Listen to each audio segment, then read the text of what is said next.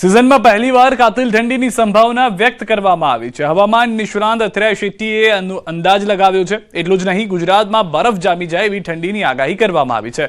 મોટાભાગના વિસ્તારમાં કડકડતી ઠંડી પડશે। સૌરાષ્ટ્ર કચ્છના કેટલાક વિસ્તારમાં ખૂબ ઠંડીની સંભાવના છે, તો મંગળવારે રાત્રે કચ્છથી શરૂ થશે મજબૂત ઠંડીનો રાઉન્ડ।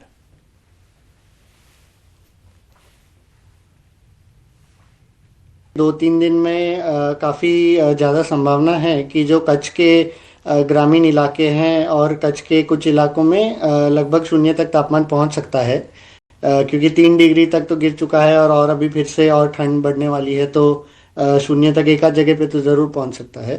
और ज़्यादातर ये कच्छ में देखने मिलेगा, लेकिन हल्की सी संभावना भी है कि जो मोरबी और राजकोट के जो आसपास के इलाके हैं कच्छ के, वहाँ के कुछ जगहों में शायद 1 डिग्री या 2 डिग्री तक भी कुछ ग्रामीण इलाकों में पहुंच सकती है।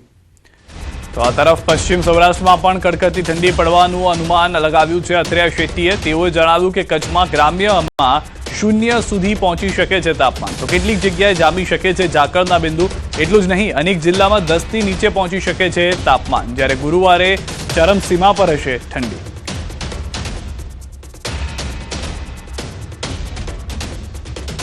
उत्तर पश्चिमी दिशा से काफ़ी ठंडी और सूखी हवाएं बह रही है गुजरात में, और आज भले ही थोड़ी तापमान में बढ़ोतरी हुई है पिछले कुछ दिन के मुकाबले, लेकिन हम देखेंगे कि अगले खास करके कल रात से फिर से और बुधवार और गुरुवार खास करके काफ़ी ज़्यादा ठंड वापस बढ़ने वाली है गुजरात में, और कई इलाकों में सिंगल डिजिट तक तापमान जाने की उम्मीद है।